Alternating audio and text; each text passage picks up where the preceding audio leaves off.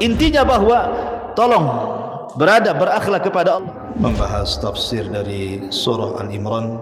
Lahirlah Imam Muslim, Abi Dawud, Tirmidzi, Ibnu Hibban. Jadi ketika Yunus alaihi salatu wassalam terkena undian itu,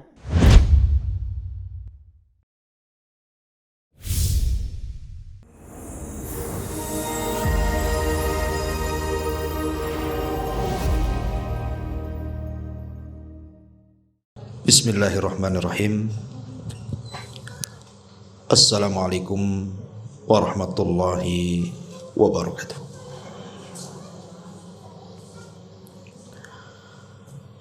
Alhamdulillah. Alhamdulillahilladzi hadana wa kafana waj'alana minal muslimin. Asyhadu an la ilaha illallah wahdahu rabbi la syarika lah wa asyhadu anna Muhammadan abduhu wa rasuluhu alladzi la nabiyya ba'da, amma ba'du. Alhamdulillah, segala puja dan puji hanya milik Allah Subhanahu wa taala. Salawat dan juga salam tak henti-hentinya kita curahkan kepada baginda alam Nabi besar Muhammad sallallahu alaihi wasallam. Pembahasan di pagi hari ini kita akan membahas amalan-amalan yang akan masuk ke dalam kuburan dan akan membela orang yang dalam kuburan dari para malaikat yang akan menyakiti kita dalam kuburan. Ma'asyiral muslimat yang dimuliakan Allah Azza wa Jalla, tentu juga masih ada kaitan dengan tazkiyatun nafas. Sebelum saya bahas apa saja amalan-amalan itu, baik kita akan baca riwayatnya baru kita jelaskan. Disebutkan dari hadis Abi Hurairah radhiyallahu anhu. Hadis ini disahihkan oleh Al-Imam Al-Hakim berdasarkan syarat Muslim dan disepakati oleh Al-Imam Al-Zahabi. Tetapi sekelompok para ulama mengatakan bahwa isnadnya atau sanadnya tidak sampai sahih, tetapi derajatnya sampai kepada hasan, sebagaimana dijelaskan dalam kitab Majma' Az-Zawaid karya Al-Imam Al-Haythami, dan juga dicantumkan oleh Syekh Nasiruddin Al-Albani dalam kitabnya Sahihut Targhib dan juga Tarhib. Dari Abu Hurairah radhiyallahu an, Nabi sallallahu alaihi wasallam bersabda, innal mayyita idza wudi'a fi qabrihi innahu yasma'u hafqa ni'alihim hatta yuwalluna anhu. Sesungguhnya si mayat ketika diletakkan di kuburnya, maka ia mendengar suara sandal orang-orang yang mengantarkannya sampai mereka kembali pulang. Fa in kana mu'minan, kalau si mayat itu seorang mukmin, kanatis salatu inda ra'sihi, maka salat akan berada di sisi kepalanya. Wa kana siyamu an yaminihi, dan puasa ada di sebelah kanannya. Wa kanatiz zakatu an shimalihi, dan zakat di sisi kirinya.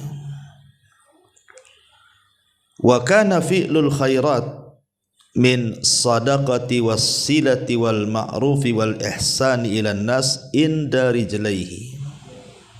Adapun perbuatan-perbuatan baik yang lainnya seperti sedekah, silaturahim, perbuatan ma'ruf dan kebaikan kepada manusia lain, maka akan berada di sisi kakinya. Fayu'ta min kibali ra'sihi, lalu malaikat akan mendatangi dari arah kepalanya. Fataqulu salatu, maka salat akan berkata, ma kibali madkhalun. Kata salat kepada malaikat yang hendak mendatangi dari arah kepalanya tersebut akan mengatakan, tidak ada jalan masuk dari arahku. Thumma yu'ta an yaminihi, maka malaikat akan mendatangi dari sebelah kanannya. Fayaqulu siyam, maka puasa akan berkata, ma kibali madkhal, tidak ada jalan masuk dari arahku. Thumma yu'ta an yasari, maka malaikat akan datang dari sebelah kiri. Fataqulus az-zakatu, maka zakat akan berkata, ma kibali madkhal, tidak ada jalan dari arahku. Thumma yu'ta min kibali rijlaihi, fataqulu fi'lul khairati min sadaqati wassilati wal ma'rufi wal ihsani ilan nas, ma kibali madkhal. Maka ketika malaikat mengarah dari arah kedua kakinya, maka berkatalah amalan-amalan kebaikan dari sedekah, silaturahim, perbuatan yang ma'ruf, berbuat ihsan kepada manusia, tidak ada jalan dari arah kami. Fayuqalu lahu, maka dikatakan kepada si mayat itu, setelah malaikat ini tidak bisa mendatangi dari arah kanan, dari arah kiri, akhirnya kemudian si mayat disuruh untuk duduk. Ijlis, duduk kamu. Fayajlis, maka dia pun duduk. Wa qad muthilat lahu syamsu wa qad udiyat lil ghurubi. Kemudian setelah disuruh duduk, maka ia pun duduk, dan dihayalkanlah kepada si mayat ini bahwa matahari hampir terbenam. Kemudian dikatakan kepadanya, ara'aitaka hadzal rajul alladhi kana fikum ma taqulu fihi wa ma tashhadu bihi alaihi, tahukah kamu dengan laki-laki ini yang dahulu ada di tengah-tengah kamu, apa yang kamu katakan tentangnya dan apa yang kamu saksikan atasnya? Fayaqul, maka dia pun berkata, da'uni hatta usalli, jangan sibukkan dengan pertanyaan itu. Ini matahari mau tenggelam, aku mau salat. Fayaquluna, maka para malaikat mengatakan, innaka sataf'al akhbirna amma nas'al anhu. Kemudian dia pun mengatakan, kamu akan melakukannya, tapi kabarkan dulu kepada kami apa pendapatmu tentang laki-laki itu dan apa yang kamu saksikan atasnya. Kemudian orang ini mengatakan,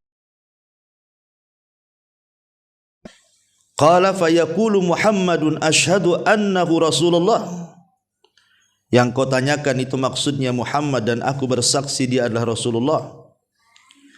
Wa annahu jaa bil haqqi min indil, dan dia datang dengan kebenaran min indillah, dari sisi Allah. Fayuqalu lahu, maka dikatakan kepadanya, ala dzalika hayyita wa ala dzalika mutta wa ala dzalika tub'atsu insyaallah. Kemudian dikatakan kepada si mayat ini, di atas hal itulah kamu hidup, di atas itulah kamu mati, dan di atas itu pula lah kamu akan dibangkitkan. Kemudian dibukakan kepadanya sebuah pintu dari sorga, dan dikatakan kepada si mayat ini, hadza maq'aduka minha, inilah tempat dudukmu di sorga. Wa ma'addallahu laka fiha, dan apa yang Allah janjikan untukmu. Fayazdadu ghibtatan wa sururan, maka dia pun semakin rindu, semakin bahagia. Kemudian setelah dia melihat sorga dan dia pun semangat dan bahagia, tiba-tiba yuftahu lahu babun min abwabin nar, padanya pintu neraka. Setelah dibukakan pintu sorga dia senang, tiba-tiba pintu neraka pula dibuka sama dia. Fayuqalu, dan dikatakan lahu kepadanya, hadza maq'aduka minha, inilah sebenarnya tempat dudukmu. Wa ma'addallahu laka fiha, dan apa yang Allah janjikan untukmu, lau asaitahu, seandainya dulu kau di dunia bermaksiat. Fayazdadu ghibtatan wa sururan, maka dia semakin senang karena tidak jadi kan dimasukkan ke neraka. Summa yufsahu lahu fi qabrihi sab'una dhira'an, kemudian diluaskan kuburnya sejauh 70 hasta. Wa yunawwir lahu fihi, kemudian didatangkan cahaya yang tadinya gelap menjadi terang benerang dalam kuburnya. Wa yu'adul jasadu lima bada'a minhu, ya. Lalu dikembalikan ruhnya ke dalam jasadnya. Kemudian fataj'alu nasmatuhu fi nasami at-tayyibi, kemudian ruh yang sudah dimasukkan ke dalam jasad tadi dalam rupa yang sangat baik, wa hiya tayrun ya'luqa fi syajaril jannah, yaitu seperti seekor burung yang bertengger di pohon-pohon sorga. Qala fadzalika qauluhu ta'ala, itulah makna daripada firman Allah Subhanahu wa taala, yutsabbitullahu alladhina amanu bil qauli tsabit fil hayatid dunya wa fil akhirah. Allah akan meneguhkan orang-orang yang beriman dengan ucapan yang teguh di dalam kehidupan dunia dan di dalam kehidupan akhirat. Surat Ibrahim ayat 27.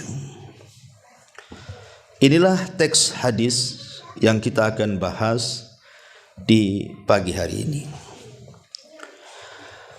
Ma'asyiral muslimat yang dimuliakan Allah Subhanahu wa taala, lihat kisah tadi, bagaimana orang-orang yang beriman yang ketika di dunia banyak mengamalkan amal saleh. Dari amal-amal yang disebutkan dalam hadis ini, amal-amal itu akan masuk ke dalam kubur dan akan membelanya. Kita urut dari berdasarkan riwayat ini. Pertama, salat. Salat inilah yang akan membela kita di kubur kita. Maka jangan pernah meninggalkan salat. Kenapa kemudian permasalahan kubur itu harus seorang muslim itu lebih memperhatikan dengan sangat dalam? Karena Utsman bin Affan radhiyallahu anhu apabila diingatkan soal kubur itu langsung menangis, Bu. Beda kalau diingatkan dengan akhirat padahal ada neraka di situ. Tapi Utsman biasa-biasa saja. Sehingga dikatakan kepada Utsman bin Affan radhiyallahu anhu, kenapa engkau apabila mendengar kisah-kisah tentang kuburan kau menangis. Tapi kalau diceritakan tentang akhirat kamu biasa-biasa saja. Maka Utsman ibn Affan radhiyallahu anhu mengatakan, celaka kalian. Bukankah kubur itu raudun min riyadil jannah au hufratun min hufarin nar? Bukankah kuburan itu bisa jadi taman yang menuju ke taman-taman sorga, atau boleh jadi dia adalah sebuah gua yang menakutkan yang akan menembus neraka? Itulah aku menangis. Makanya dari sini salah satu amalan yang sangat luar biasa bisa menyelamatkan kita di kuburan itu adalah solat, karena solat akan masuk ke dalam kuburan kita dan dia akan menjaga kepala kita. Jelas-jelas dia membela ketika malaikat akan datang kepada kita, dia pun membela kepala kita dan mengatakan, tidak ada jalan untukmu ke sini. Subhanallah, dari sini solat itu penyelamat. Kemudian yang kedua, solat itu adalah ibadah yang paling efektif untuk menggempur dosa. Dalam sebuah hadis Nabi SAW mengatakan, ara'aitum law anna nahran bi babi ahadikum yagtasilu minhu kulla yawmin 5 marrat hal yabqa min daranihi syai'un? Qalu la yabqa min daranihi syai'un. Faqala an-nabiy SAW, fadzalika mithlu as-salawatil khams yamhullahu bihinnal khataya, muttafaqun alaih. Kata Nabi SAW, bagaimana pendapatmu kalau engkau punya sungai di depan rumahmu itu dan engkau mandi 5 kali dalam sehari di sungai yang bersih, yang jernih itu? Bukankah aku akan bersih badanmu dari kotoran-kotoran, debu yang menempel di badanmu itu, atau daki-dakimu akan hilang? Maka sahabat, tentu Rasul, kalau orang mandi 5 kali, ya habislah daki di badan tuh. Kata Nabi SAW, itulah solat 5 waktu. Sama dengan kita membersihkan di sungai sehari 5 kali. Lihat bagaimana keutamaan solat. Pertama, menyelamatkan dan membela kita di kuburan. Yang kedua, sebab terbesar dosa kita akan diampuni. Bahkan yang lebih hebat dibandingkan itu, Bu, solat itu penyebab terbesar kita akan mendapatkan nikmat di akhirat melebihi nikmat sorga itu sendiri. Sorga itu sudah nikmat, tapi ada yang lebih nikmat dibandingkan kenikmatan sorga. Apa itu? Ru'yatullahi azza wa jal. Kita akan melihat Allah. Maka siapa yang banyak solat, maka dia akan banyak melihat Allah. Terutama solat subuh dan solat asar, kalau kita senantiasa menjaganya. Dan itu berdasarkan hadis. Nabi SAW mengatakan dalam hadis yang dikeluarkan Bukhari Muslim dari Jarir ibn Abdullah al-Bajali, dia mengatakan, kunna julusan inda Rasulillah SAW, kami lo duduk-duduk di sisi Nabi.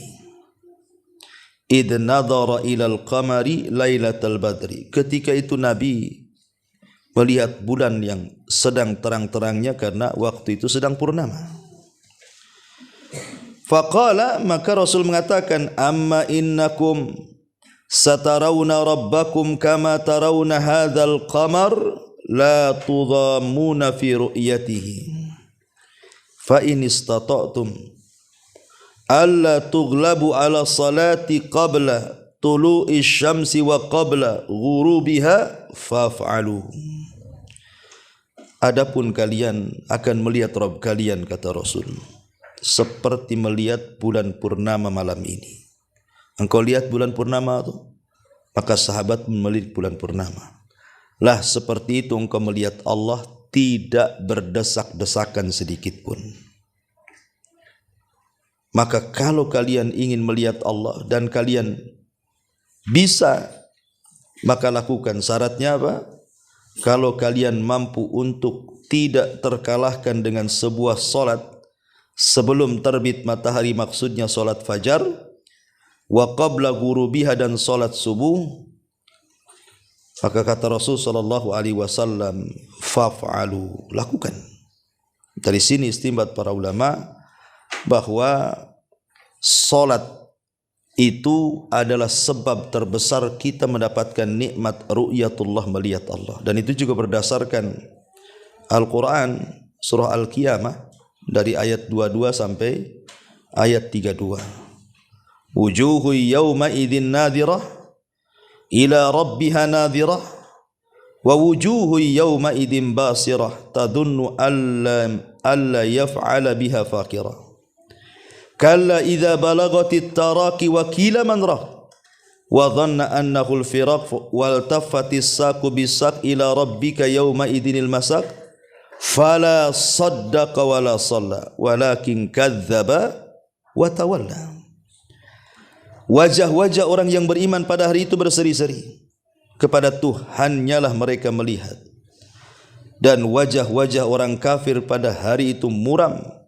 Mereka yakin bahwa akan ditimpakan kepadanya malapetaka yang dahsyat. Sekali-kali jangan apabila napas seseorang telah mendesak sampai ke kerongkongan, lalu dikatakan kepadanya, siapakah yang dapat menyembuhkanmu? Dan dia yakin bahwa sesungguhnya itulah waktu perpisahan dengan dunia, dan bertautlah betis kiri dan betis kanan, kemudian Tuhanmu lah pada hari itu kamu dihalau.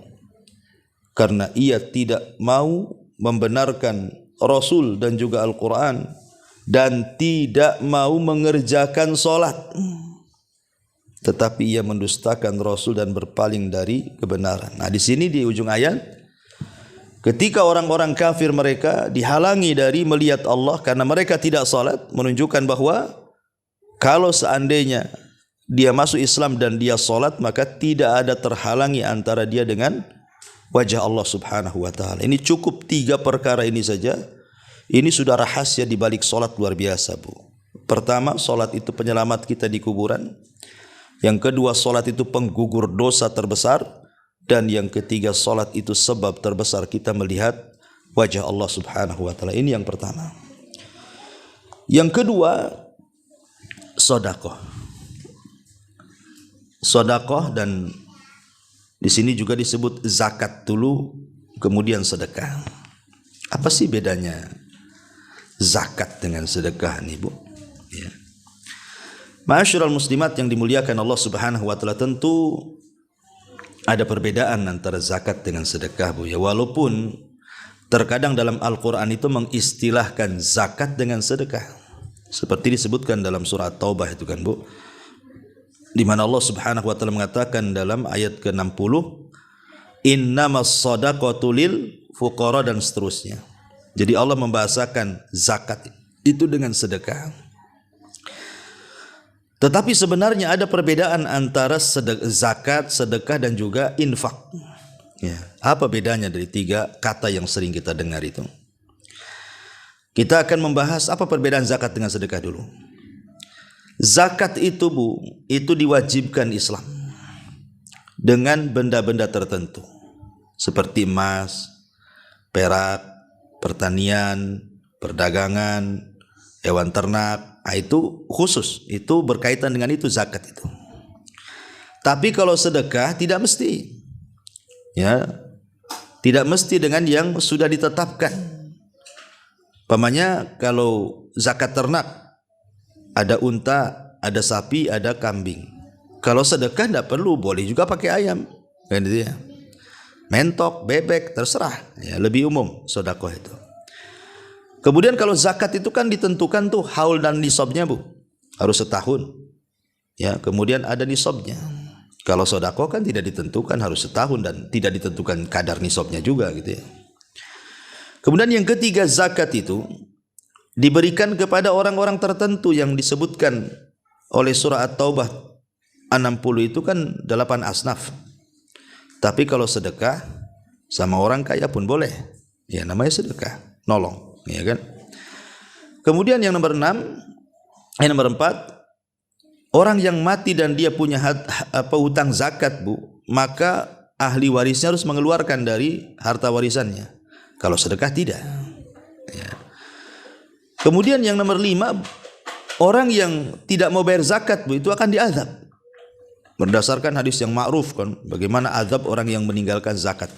Tapi kalau orang meninggalkan sedekah, walaupun dia sanggup sedekah, ya nggak mungkin diazab karena kan sifatnya sunnah. Kalau zakat wajib gitu ya.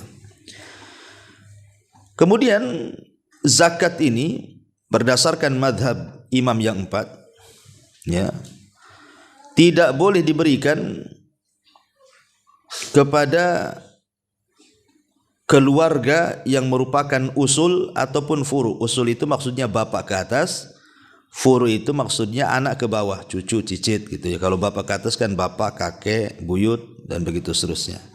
Itu zakat tidak boleh diberikan kepada mereka karena memang kewajiban kita menafkahi mereka. Tapi kalau sedekah boleh, baik ke atas atau ke bawah. Kemudian juga yang nomor 7, zakat itu tidak boleh diberikan kepada orang kaya ataupun orang yang kuat bekerja. Tapi kalau sedekah boleh. Ya. Kemudian yang nomor 8, yang paling afdol pada masalah zakat ini diambil dari orang kaya tempatan, kemudian disalurkan kepada orang miskin tempatan juga. Artinya jangan disalurkan keluar, itu yang paling afdol. Bahkan ada yang sampai ulama itu mengatakan tidak boleh dikirim zakat itu ke luar daerah gitu ya. Tapi kalau sedekah kan nggak ada khilaf, Bu. Mau ke orang dekat, mau ke orang jauh, boleh-boleh saja, nggak ada masalah. Ya. Kemudian zakat itu tidak boleh diberikan kepada orang kafir, tidak boleh diberikan kepada orang musyrik. Tapi kalau sedekah boleh, nggak ada masalah. Mungkin untuk melembutkan hatinya. Kemudian yang nomor 10, tidak boleh seorang muslim memberikan zakat kepada istrinya. Tidak boleh. Tetapi kalau sedekah boleh, ataupun sebaliknya. Ya, jadi inilah perbedaan zakat dengan sedekah. Tapi kalau infak ini lebih umum, Bu. Infak ini tidak mesti harus dengan barang gitu ya. Pokoknya infak ini lebih umum, masuk padanya wakaf, hibah, macam-macam, dia lebih umum lagi. Ya. Tapi ini bukan tempatnya kita jelaskan. Yang ingin saya jelaskan kenapa kemudian di sini disebut zakat secara khusus, kemudian sedekah secara umum dalam hadis ini. Karena nanti zakat itu akan membela kita dari arah sebelah kanan. Ya. Zakat itu dari sebelah kiri dulu ya. Sebelah kiri dulu, nah sebelah kanan puasa. Jadi zakat itu akan berada di sebelah kiri kita. Lalu apa sih keistimewaan zakat kok dia bisa membela betul-betul kita ketika di kuburan itu? Yang pertama, Bu, karena zakat ataupun sedekahlah secara umum kan, karena Al-Quran juga sering mengistilahkan zakat itu dengan sedekah. Karena kalau kita lihat keutamaannya, sedekah ataupun di dalamnya ada zakat itu, dia adalah ibadah yang sangat tinggi sekali nilainya di hadapan Allah Subhanahu wa taala. Disebut dengan afdol al-amal, seafdol-afdolnya amal.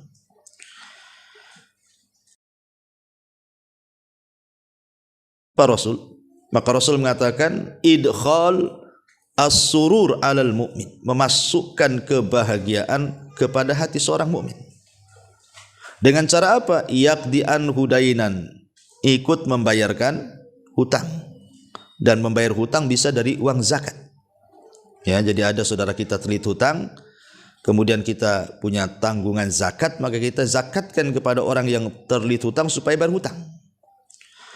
Kemudian yaqdi lahu hajah, ataupun kepada orang yang punya hajat, mungkin dia miskin, kelaparan dan begitu seterusnya, sehingga butuh dibantu, zakat bisa disalurkan.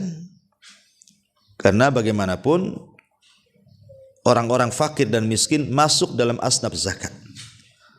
Dan juga masuk dalam sedekah juga. Ya. Termasuk juga yanfusulahu kurbatan, bisa menghilangkan kurba, kesulitan. Intinya bahwa sedekah dan zakat ini seafdal-afdal amal. Yang kedua, bisa menghindarkan mara bahaya. Kata Nabi SAW, "Sana'iul ma'ruf taqi masari as-su' wal afat wal muhlikat." Jadi perbuatan-perbuatan bisa memalingkan kita dari perbuatan buruk atau kejadian buruk atau peristiwa yang akan menghancurkan, peristiwa yang akan mencelakakan. Kita bisa dihindar dari bala dan bencana gara-gara sedekah. Kenapa? Karena sedekah ini bisa menggugurkan atau meredam, ya, bahasanya meredam kemurkaan Allah Subhanahu wa ta'ala. Ya. Termasuk juga orang yang bersedekah itu pahalanya dilipat gandakan. Pahala orang bersedekah itu lipat gandakan. Sampai Allah mengatakan dalam surah Al-Hadid ayat 18 itu kan, innal musaddiqina wal musaddiqati innal musaddiqina wal musaddiqati wa aqridullaha qardan hasana yudha'af lahum wa lahum ajrun karim. Ketika Allah mengatakan dan mereka wa aqradu menggadaikan dengan Allah Subhanahu wa ta'ala dengan gadaian yang baik, maka akan dilipat gandakan tuh pahalanya dan bagi mereka pahala yang baik. Dan banyak lagi, karena seperti mampu menghapuskan dosa-dosa, ya jelas ya kan. Kemudian juga hartanya menjadi berkah dan bertambah. Kemudian juga bisa terjaga dari azab Allah dan penyebab terbesar juga masuk surga. Kemudian juga sedekah sebagai dalil keimanan kita. Maka disebut sedekah itu dari kalimat sodaqah, membenarkan. Jadi ketika sedekah itu kalau kita tidak bersedekah padahal kita mampu sedekah, berarti dipertanyakan keimanannya, karena itu menunjukkan kejujuran iman seseorang sedekah itu. Ya. Termasuk juga sedekah ini juga adalah pintu-pintu terbukanya sebuah kebaikan. Macam-macam kebaikan itu banyak masuk dari pintu sedekah. Dan banyak lagi lah, karena sedekah ini seagung inilah, maka kenapa kemudian zakat ini akan membela kita di sebelah kiri kita. Kemudian yang ketiga, puasa. Puasa, ya. Ma'ruf puasa jelas keutamaannya, karena satu hari ibu berpuasa di jalan Allah Subhanahu wa ta'ala, kata Nabi SAW, man shoma yauman fi sabilillah ba'adallahu wajahu anin nari sab'ina kharifa, maka wajah ibu akan dijauhkan dari api neraka itu 70 tahun perjalanan. Sampai di mana nih kalau ibu jalan 70 tahun berhenti itu, Bu?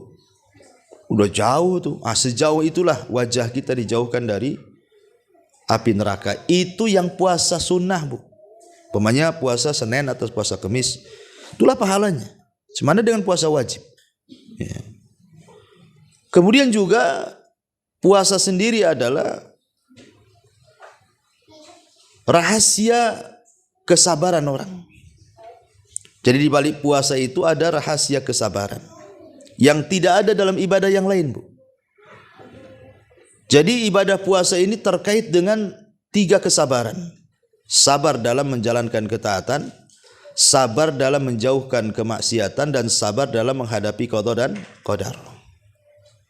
Adapun sabar menjalankan ketaatan, yang memang puasa harus sabar, kalau enggak batal lah, Bu. Ya kan? Kemudian yang kedua, sabar dari meninggalkan maksiat. Jangan sampai ketika berpuasa ibu gibah, habis puasanya, pahalanya percuma lapar-lapar kan gitu. Ataupun sabar dalam menghadapi qada dan qadar, karena rasa lapar, rasa haus itu bagian dari takdir Allah. Kalau orang tidak makan lapar, kalau orang tidak minum haus, itu udah takdir, dan kita harus sabar di situ. Makanya ketika puasa mencakup 3 perkara ini, bahwa kandungan puasa ini luar biasa, karena dia adalah aplikasi atau perwujudan dari rasa sabar itu sendiri. Dan sabar ini adalah separuh sifat yang memasukkan kita ke surga. Kan ada dua sifat. Kalau kita miliki, Bu, dua sifat inilah penyumbang terbesar kita masuk surga. Pertama sabar, yang kedua syukur. Sabar akan musibah dan syukur akan nikmat. Orang kalau dihiasi dengan dua sifat ini, inilah yang paling menonjol. Dua sifat orang itu sebab masuk surga. Jadi karena ada terkandung kesabaran puasa dan pahala puasa, pahala orang sabar itu jelas dalam Quran. Innama yuwaffas sabiruna ajrahum bighairi hisab. Kami akan cukupkan orang-orang yang sabar itu tanpa hisab, menunjukkan bahwa puasa itu luar biasa. Ya, akan diberikan pahala yang berlipat ganda yang kita tidak tahu. Apalagi satu-satunya ibadah yang mendekati keikhlasan itu adalah puasa. Kenapa saya katakan mendekati keikhlasan dibandingkan ibadah yang lain? Karena puasa nggak nampak, Bu.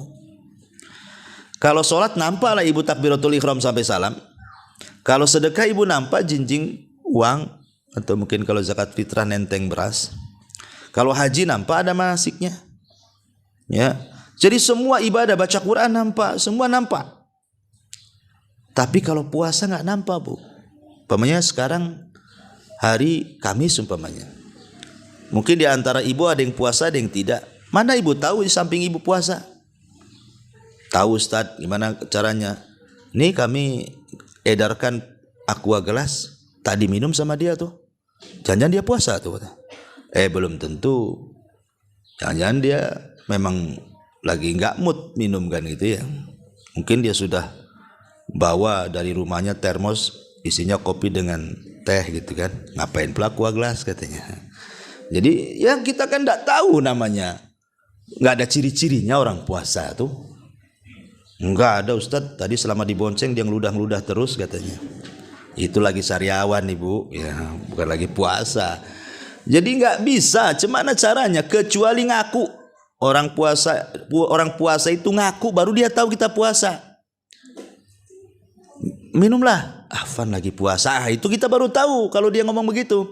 Tapi kalau dia nggak ngomong, mana tahu dia puasa. Makanya saya katakan puasa itu ibadah yang dekat dengan keikhlasan. Jadi ibadah yang dekat dengan kesabaran, ibadah yang dekat dengan keikhlasan gitu ya. Ibadah yang jauh daripada ria dan macam-macam. Apalagi kemudian puasa sendiri secara kesehatan memang bagus gitu kan. Lah sebab itulah maka puasa pun adalah salah satu ibadah yang akan masuk ke dalam kuburan kita dan akan berada sebelah kanan kita, dan setiap malaikat mau datang dari sebelah kanan dia mengatakan tidak ada jalan untukmu, nyingkir sana, nggak boleh, ini nggak ada jalan untukmu, dipagari sama puasanya. Jadi dari atas dipagari oleh sholat, kemudian sebelah kanan oleh puasa, sebelah kiri pula oleh zakat.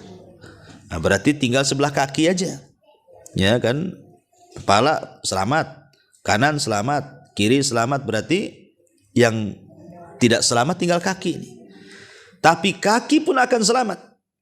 Kalau seandainya kita mengerjakan kebaikan atau kebajikan, kemudian di antaranya disebut dalam hadis ini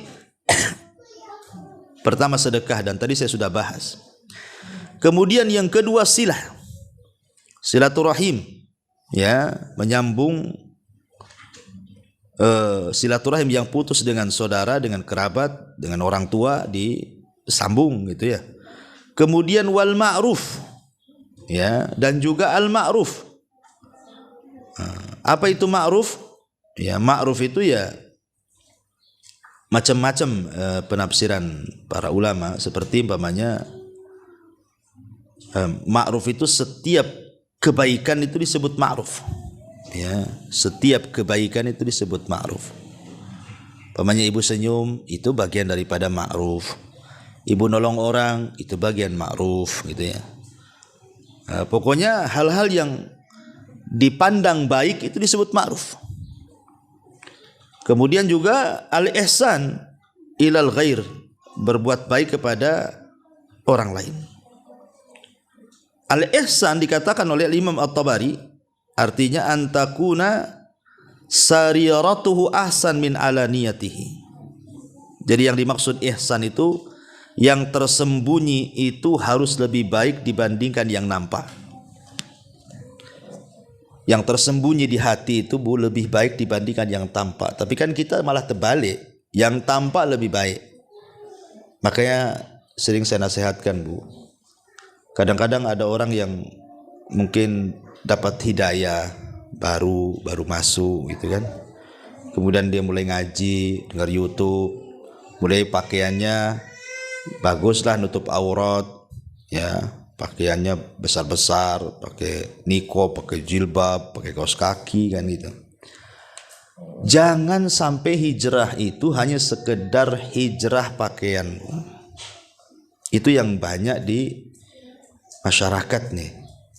Hijrah itu cuma pakaiannya saja. Jadi yang ketika dia hijrah itu yang dipikirkan itu pakaian aja. Ya, setiap pegang handphone Bu, masuk ke Tokopedia itu Bu, itu yang klik di pertama cadar, keluar macam-macam cadar, pakaian syar'i keluar macam-macam, itu aja ditengok tuh. Kemudian pikir nih, gimana belinya, di mana, gimana cara dapat duitnya, harus dikumpulkan nih setahun baru bisa nih. Nah, jadi atau kalau keluar itu dandan di kaca itu sampai mau pecah kacanya Bu, jadi mungkin saking lamanya gitu ya. Itu kan takut mereng, takut ada binti, takut apa yang mau dilihatkan ibu aja pakai cadar kan gitu. Nah, ibu mau lihatkan pakaian kan, berarti di situ. Lah jangan sampai hijrah itu hanya di pakaian, jangan sampai itu nggak ihsan namanya. Karena ihsan itu disebut oleh Imam Tabari yang di dalam itu harus lebih baik dibandingkan yang di luar. Ya, karena banyak gitu ya. Kok udah ngaji masih gibahnya lebih dahsyat dibandingkan ketika masih belum ngaji. Kenapa saya katakan lebih dahsyat? Karena kalau belum ngaji, mungkin belum tahu ilmunya Bu, belum tahu dosanya. Yang gibah aja dia kerjanya. Ini udah ngaji, udah tahu dosanya. Ustaz-ustaz pun udah sering, udah bolak-balik nasihati dari macam-macam ustaz. Tetap aja gibah. Gibahnya beda. Ya, kalau di masyarakat ya gibahnya ya umum lah. Biasanya gibah tetangga kalau baru beli motor, beli mobil, bisa bangun rumah, ada tamu, kok itu mulai itu digibahi sama itu. Tapi kalau udah ngaji, ya itu juga bagian gibah. Tapi biasanya gibahnya lain. Ya gibahnya agak syar'i lah. Nggak ada gibah syar'i itu ya. Ya gibah ya dosa lah. Nah, cuman yang digibah ya sesama umahat yang sudah ngaji, sampai ke ustadznya digibahi kan itu ya. Jadi kena semua. Gibah masalah dilarang, jangan ngaji ke sana. Itu saya dengar Ustadz Anu itu gini, ustadznya yang kena. Ya, itu kan gibah Bu. Nah, jadi beda hukum itu, lebih parah lagi orang ngaji gibahnya. Karena dia tahu hukum masalahnya. Jadi saya nasihatkan Bu, kalau bisa hijrah ya hijrah, mendingan hijrah hatinya daripada pakaiannya, daripada hijrah pakaian hatinya tak pula, tak hijrah masih kotor, masih penuh hasad, dengki dan begitu seterusnya. Karena itu belum sampai ke taraf ihsan namanya. Nah, ihsan juga disebutkan dalam sebuah riwayat dari Musnad Abi Hanifah rahimahullahu taala. Dia mengatakan qala al-ihsan an ta'mala lillah. Tiap yang kita beramal ditujukan kepada Allah, itulah ihsan. Dan dalam riwayat Muslim, antahsyallaha ka'annaka tarahu fa innaka illam takun tarahu fa innahu yara. Jadi ihsan itu seolah-olah kau takut kepada Allah. Kalaupun tidak bisa, maka yakinlah Allah melihat kita. Ya. Intinya bahwa ihsan itu kalau diterjemahkan adalah kebaikan. Dan kebaikan itu sering saya ulang-ulang Bu. Ya, jangan meremehkan sekecil apapun kebaikan. Walaupun kecil. Jangan. Karena kecil ini terkadang bisa menyelamatkan orang dari neraka dan dimasukkan ke surga. Sampai-sampai Rasul mengatakan fattaqun nar walau bisyikit tamrah. Takutlah akan neraka walaupun kau sedekah dengan separuh biji kurma. Separuh kurma itu mana mengenyangkan Bu. Tapi Rasul mengatakan seperti itu. Karena nanti pada hari kiamat itu ada orang-orang Bu diletakkan di tempat yang paling tinggi. di antara sorga dan neraka, yang disebut dengan Ashabul A'raf. Ashabul A'raf itu diletakkan di tempat yang tinggi sekali. Kalau dia memandang sorga, pengenlah dia masuk sorga. Kalau dia memandang neraka, nampaklah kawan-kawan dia yang bejat-bejat itu di neraka. Dia pun mencaci maki orang-orang yang masuk neraka, kemudian dia pun takut kalau dimasukkan ke dalam neraka. Kenapa coba Ashabul A'raf itu kok diletakkan di tengah-tengah gitu? Padahal kebaikannya banyak, Bu.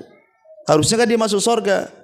Rupanya yang menghalangi dia masuk sorga karena kejahatannya sama dengan kebaikannya. 50-50, 50%, 50%. Sehingga dia tidak masuk sorga karena kejahatannya 50%, tidak bisa dimasukkan ke neraka karena ada kebaikan 50%. Coba kalau seandainya dari 50% yang ia punya dari kebaikan itu, mungkin ditambahlah dengan cara tadi infak walaupun separuh kurma. Kan ada nambah poin, Bu. Okelah nambah poin 1. Atau dengan 1 rakaat salat witir, atau 1 ayat dalam Quran. Tentukan dari yang tadinya 50% ke 50%, anggaplah kebaikannya tambah 1, 51% kebaikannya, dan keburukannya 49%, yakin masuk surga, Bu. Tapi sebaliknya kalau angka 1 itu dipindah ke keburukan, kebaikannya 49%, kemudian keburukannya 51%, wah itu dipastikan masuk neraka, Bu. Karena manusia itu terbagi menjadi 3 kelompok. Kelompok yang pertama yang berat timbangannya, walaupun hanya 1%, direct masuk surga, nggak ada cerita neraka. Kedua, orang yang berat timbangan buruknya, direct masuk neraka. Ya tentu tergantung amalannya, apakah dia lama atau tidak neraka. Kemudian yang ketiga yang tengah-tengah, kebaikan dan keburukannya sama, itulah Ashabul A'raf. Jadi jangan sampai dalam sehari ini kita tidak berbuat baik. Ya mungkin berbuat baik itu kan maksudnya baik kepada diri sendiri, kepada orang lain, atau kepada Allah. Banyak kok caranya kok. Kita bisa mendapatkan pahala dalam 1 hari itu. Jangan 1 hari 1 detik pun itu bisa ibu bisa dapat pahala. Zikir aja lah. Subhanallah. Nggak sampai 1 detik. Dapat pahala. Ya, jadi jangan sampai remehkan kata Rasul, la tahqiranna minal ma'rufi syai'an walau antal wajhaka biwajhin talqin. Jangan remehkan sekecil apapun kebaikan, hatta walaupun hanya sekedar melemparkan senyum kepada saudaramu. Wallahu a'lam. Inilah tema kita. Taib, sebelum saya tutup, kita buat tanya jawab.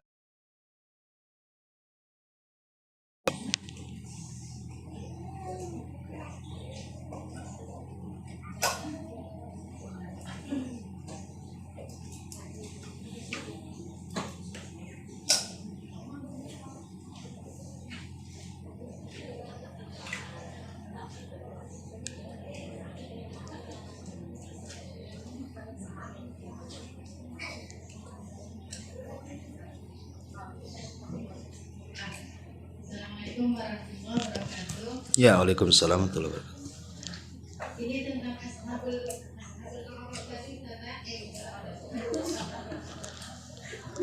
Apa tadi? Ustazah? Iya, gimana? Itu kan diletakkan di tempat yang tertinggi, itu yang sama berarti saja. Iya. Jadi itu apakah selamanya di situ atau bagaimana ya? Iya, Ashabul A'raf itu sebagian ulama menjelaskan bahwa mereka orang yang terakhir dihisab. Mereka adalah orang yang terakhir dihisab. Jadi orang itu dihisab semua, dia pula yang terakhir itu.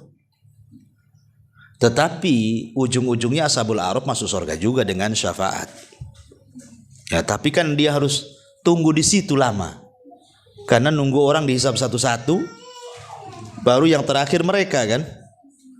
Ya, walaupun kemudian mereka tidak masuk neraka, tetap dapat syafaat dan rahmat Allah, mereka masuk ke dalam surga. Tetapi lamanya mereka di situ kan cukup menyiksa mereka. Yaitu karena ada dosa di situ.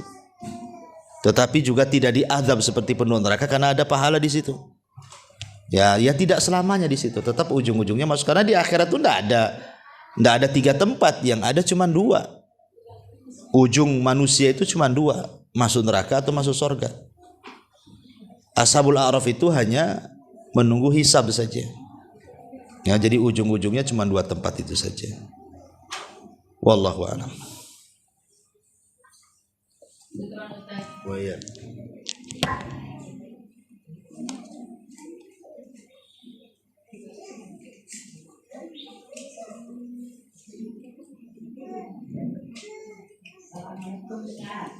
Ya, waalaikumsalam warahmatullahi wabarakatuh. Ini yang saya tanyakan masalah fitrah. Kalau kita berfitrah bulan puasa itu dibayarkan anak, sedangkan kita masih bisa gitu ya Ustaz ya. Jadi bagaimana itu Ustaz, kalau anak yang bayarkan kita dapat pahalanya atau anak yang dapat pahalanya Ustaz? Iya. Ya, kalau memang ibu sanggup, sebaiknya tidak usah dibayarkan anak. Kalau memang ibu ada rizki kan, karena memang apa sih tujuan zakat fitrah itu, Bu? Tujuan zakat fitrah itu adalah untuk menyempurnakan kekurangan-kekurangan kita saat puasa Ramadan.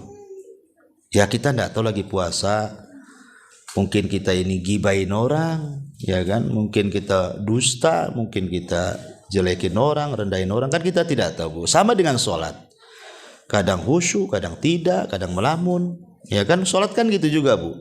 Lah sholat rawatib itu bisa nembel kekurangan sholat wajib. Lah zakat fitrah itu untuk menembel kekurangan ibu puasa selama Ramadan.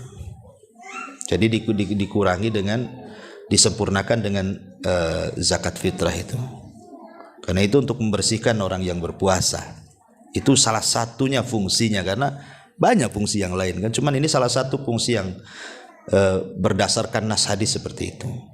Tuhratun lis-shaimin, untuk membersihkan orang-orang yang berpuasa. Sehingga kalau bisa jangan difitrahkan orang. Kalau kita sanggup, ya fitrahkan diri sendiri saja. Nah, tapi kalau seandainya anak itu memberikan uang kepada ibu untuk zakat fitrah gitu ya, artinya diterima dulu sebagai pemberian anak, bahwa uang itu adalah sudah jadi hak milik ibu. Nah, dengan uang itu ibu bisa belikan beras. Ya, tidak ada masalah seperti itu. Jadi anak ingin berbuat baik, dia ngasih uang sama orang tuanya. Nah, uang yang dari anak itu kan sudah milik ibu tuh, bukan milik orang anaknya lagi. Dibelikan. Nah, tapi kalau memang ibu kasihan anaknya juga masih susah gitu ya, dan ibu sanggup, ya bayar sendiri aja lah zakat fitrah. Itu lebih afdal. Ya, wallahu a'lam. Iya. Mohon dijelaskan tentang amalan yang membuat orang bisa masuk surga tanpa hisab. Yang keduanya, bagaimana kita berdoa bisa dimasukkan dalam keadaan sahih. Maksudnya gimana? Amalan-amalan yang bisa seseorang itu bebas dari hisab gitu. Oh. Terus yang keduanya doa atau amalan yang bisa kita mati dalam keadaan sahih. Husnul khotimah. Wa iya. Iya, alhamdulillah. Salatu wassalamu ala Rasulillah. Amma ba'du. Ada sebuah hadis yang ma'ruf ya, ketika Nabi sallallahu alaihi wasallam diperlihatkan umatnya pada hari kiamat. Jadi ada di antara umatnya itu 70.000 yang masuk surga tanpa hisab dan adab. Lah salah satunya, kemudian Nabi SAW menjelaskan itu maksudnya siapa sih kelompok ini. Maka Rasul Shallallahu Alaihi Wasallam menyebutkan 4 sifat. Ya, 4 sifat. Pertama, alladzina la yastarqun, orang-orang yang tidak minta diruqyah. Sebenarnya minta diruqyah boleh, ya, kalau memang mendesak, kata Syekh bin Baz, kalau tidak salah, kalau memang tidak ada cara lain pengobatan, maka ruqyah itu sebagai alternatif terakhir, gitu maksudnya. Maka itu tidak mempengaruhi, tidak terkeluar dari 70 orang yang masuk surga tanpa adab dan hisab. Tapi kalau sebenarnya obat lain banyak, ataupun dia pun bisa meruqyah diri sendiri, ngapain Pak orang lain meruqyah dia, kan gitu ya. Nah, maka ketika kita ada alternatif yang lain, sedikit-sedikit minta ruqyah, ya itulah yang terkeluar dari orang-orang yang tanpa hisab dan adab. Kemudian yang kedua, walayak tahun, orang yang menggunakan besi-besi panas dijadikan pengobatan. Kenapa? Karena ini mengurangi tauhid. Sama dengan ruqyah, minta ruqyah mengurangi tauhid karena takut ada ketergantungan hatinya dengan si peruqyah, bukan dengan Allah. Ataupun orang yang berobat dengan besi yang disundut itu, dengan besi panas, takut timbul rasa takut yang berlebihan sehingga dia takut kepada besi bara api dibandingkan takut dia kepada Allah Subhanahu wa taala. Ya. Kemudian kata Nabi SAW, anggap sial, barang, benda, binatang, mimpi. Nah, itu karena mengurangi tauhid juga. Dan yang terakhir, wa ala rabbihim yatawakkalun, dan kepada Rabbnya mereka pun bertawakal kepada Allah Azza wa Jalla. Memang ini agak berat, Bu. Ya, berat ya. Tawakal itu bukan perkara yang mudah. Memang berat sekali karena itu kan menyandarkan hati kepada Allah. Terkadang ketika kita ini diuji oleh musibah saja, kadang-kadang hati kita ini bisa berubah, ya. Nggak susah untuk tawakal kepada Allah tuh. Baru diuji sedikit saja kita tawakalnya kepada makhluk. Ya, kadang-kadang seperti itu. Tapi kalau orang bisa melalui 4 perkara ini, ya insya Allah berdasarkan sabda Nabi dia akan masuk surga tanpa hisab dan azab. Termasuk juga para mujahidin, ya, orang-orang yang berjihad di jalan Allah Subhanahu wa taala. Ya, tetapi apakah orang yang mati syahid itu juga harus mati di medan tempur? Tidak. Niat ingin mati syahid aja kalau meninggal di rumahnya sudah dianggap mati syahid. Ya. Ya, intinya Bu, banyak-banyak berdoa minta kepada Allah agar diwafatkan kelak tanpa hisab dan azab. Ya. Ini yang pertama. Pendek-pendek aja. Yang kedua tadi, penyelamat apa tadi? Amalan penyelamat azab kubur. Ulangi Bu. Oh, dimatikan dalam keadaan husnul khotimah. Ya banyak Bu. Intinya kalau husnul khotimah kan berkaitan dengan amal soleh Bu. Pokoknya Bu, banyak amalan-amalan yang jelas. Seperti umpamanya ibu sebelum tidur. Sebelum tidur itu Bu, ibu perbanyaklah di situ, entah baca Quran, entah zikir, doa-doa tidur, ya. Perbanyak amal soleh sebelum tidur itu. Kalau Allah Subhanahu wa taala takdirkan kok ibu nggak bangun lagi alias mati, insya Allah Bu, ibu husnul khotimah. Kalau sebelum tidurnya ibu tidak melakukan maksiat dan disibukkan dengan ibadah. Kenapa? Karena orang yang menjaga wudhu saja sebelum tidur, umpamanya ibu belum tidur kemudian menjaga wudhu, saat ibu tidur itu jadi ibadah Bu. Karena ada malaikat samping samping kanan kiri ibu. Kalau ibu berguling ke arah kanan, malaikat sebelah kanan mengatakan, ya Allah ampuni orang ini, ya Allah rahmati orang ini. Apabila dia berguling ke sebelah kiri, maka malaikat sebelah kiri juga akan mengatakan sama, ya Allah ampuni orang ini, ya Allah rahmati orang ini. Masalahnya ini guling-guling sana sini Ustaz. Tetap dia didoakan malaikat sampai pagi. Sehingga kalau Allah takdirkan didoakan malaikat sampai pagi, otomatis dia kalau meninggal husnul khotimah lah. Jadi orang itu mudah melihat husnul khotimah atau tidak, lihat amalan sebelum tidurnya Bu.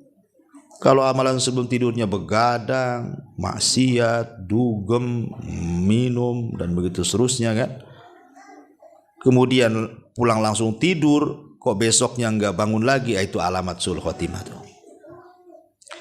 Ya, kemudian juga selain daripada itu yang khusus ya seperti talabul ilmi. Ibu datang dari rumah kemari niatnya karena ingin belajar. Allah takdirkan di tengah jalan mungkin ada yang ugal-ugalan, ibu sudah hati-hati tetap juga ditabrak orang, Allah takdirkan pula meninggal.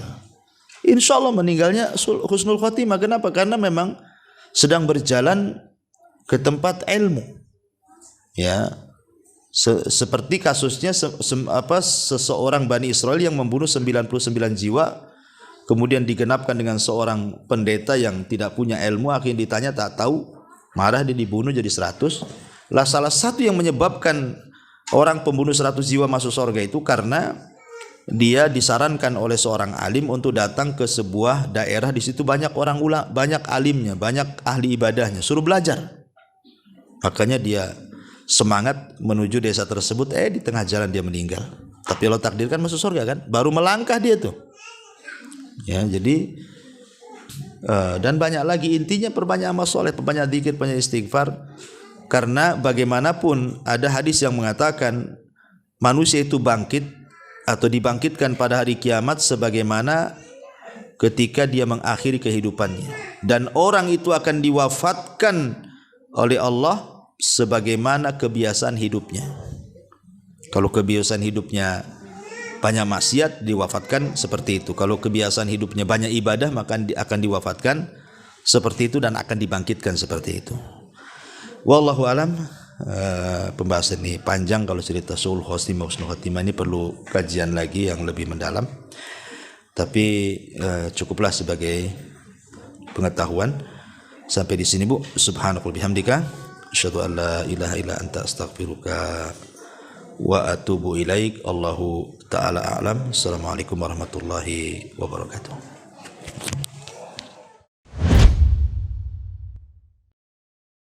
Intinya bahwa tolong berakhlak kepada Allah. Membahas tafsir dari surah Al-Imran. Lahirlah Imam Muslim, Abi Dawud, Tirmidzi, Ibnu Hibban. Jadi ketika Yunus alaihi salatu wassalam terkena undian itu,